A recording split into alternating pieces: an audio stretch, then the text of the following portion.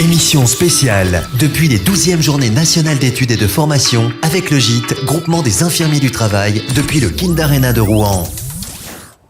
De retour au Kindarena de Rouen où nous suivons avec beaucoup de passion les 12e journées nationales d'études et de formation avec un événement coordonné de main de maître par le GIT qui fête son 30e anniversaire cette année. Ça dure sur 3 jours, 7, 8 et 9 juin.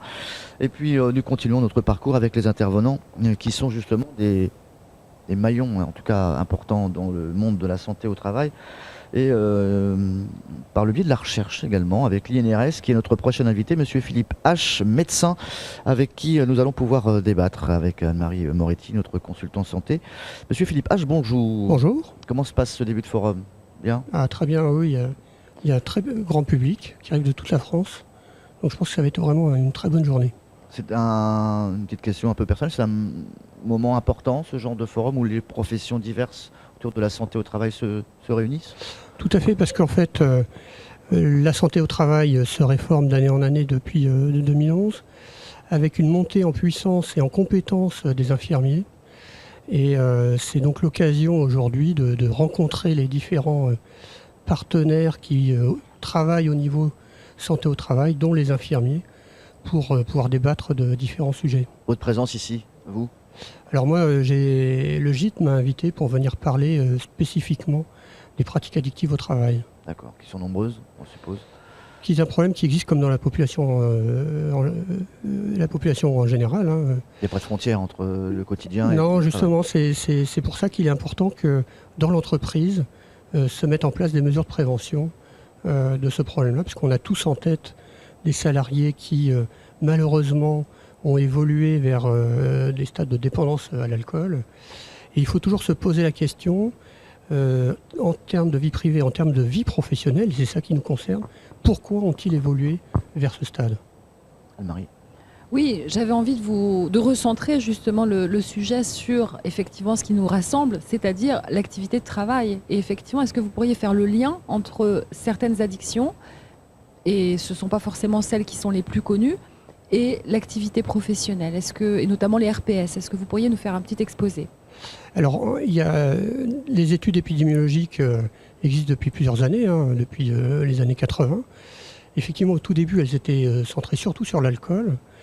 Et par exemple, le stress, donc derrière, on pense effectivement aux risques psychosociaux, mais aussi le travail en plein air, le port de charges lourdes qui donne mal au dos, se déplacer régulièrement, je pense au VRP, sont énormément de facteurs qui amènent à consommer plus d'alcool, mais aussi les autres études ont montré que le travail de nuit également, les postes de sécurité font eux aussi progresser les gens dans leur consommation d'alcool et de drogue et de médicaments psychotropes. Donc on est bien d'accord, il y a un lien, on peut faire un lien direct entre certains facteurs professionnels, enfin certains facteurs de risque professionnel et des conduites addictives. Voilà, il y a un lien, tout comme il y a un lien avec la vie privée. C'est quelque chose qui est vraiment mixte. Complexe. Et la responsabilité de l'entreprise, et donc et de l'employeur, et des salariés, des représentants de personnes, mais aussi des services de santé au travail, c'est de travailler sur ces facteurs liés au travail. Alors de quelle manière justement vous pouvez travailler au niveau de la prévention primaire, bien entendu, on est surtout là pour mettre au cœur de notre action la culture de prévention. Comment vous agissez vous concrètement? Alors la première des choses, c'est qu'on est sur un sujet qui est tabou. Et donc il faut briser ce tabou. Et pour le briser, il faut que tout le monde se réunisse autour d'une table et comprenne ce que c'est que les consommations d'alcool, de drogue et de médicaments psychotropes. Pourquoi on consomme? C'est parce qu'il y a un besoin. C'est parce que, comme je disais tout à l'heure, le port de charges lourdes, ça donne mal au dos. Et l'alcool a une vertu qui n'est pas totale, mais qui a une vertu antalgique. Et c'est aussi pour ça que, malheureusement, on a des livreurs qui consomment plus d'alcool que s'ils faisaient un autre métier. Donc c'est comprendre tout ça, et puis derrière réfléchir à que peut-on faire pour éviter que dans l'entreprise, on ait des gens qui consomment de plus en plus de substances psychoactives, et que peut-on faire pour les salariés qui sont en difficulté. Pour donner une idée, dans une entreprise, 1% des salariés sont dépendants à l'alcool. 7% des salariés ont des difficultés avec l'alcool. Et si dans l'entreprise, on n'agit pas, un jour, ils basculeront dans la dépendance. D'accord. Et est-ce vous abordez essentiellement ici les addictions à des substances, les psychotropes notamment et l'alcool. Il y a quand même d'autres addictions. Oui. Est-ce que vous les abordez, certaines un peu plus encore tabous, comme l'addiction au sexe par exemple, on en parle très peu, ou l'addiction même au travail. Est-ce que vous pourriez nous en citer d'autres? Alors, dans le monde du travail, il y a deux addictions. Il y a ce qu'on appelle la dépendance au travail, dont le terme anglais est workaholisme. Oui. Cette addiction concerne un nombre non négligeable de salariés, d'encadrants. Pour agir sur cette addiction, il faut agir sur les risques psychosociaux. Et puis, il faut agir aussi sur la frontière entre vie professionnelle et vie privée. C'est-à-dire que si moi, salarié, je suis dépendant au travail, le soir, quand je rentre à la maison ou lorsque je prends des vacances, et il faut que je prenne les vacances, je coupe ma messagerie professionnelle, je ne regarde pas mes mails professionnels, etc. L'autre addiction, ça en découle, c'est la dépendance ce qu'on appelle aux technologies d'information et de communication.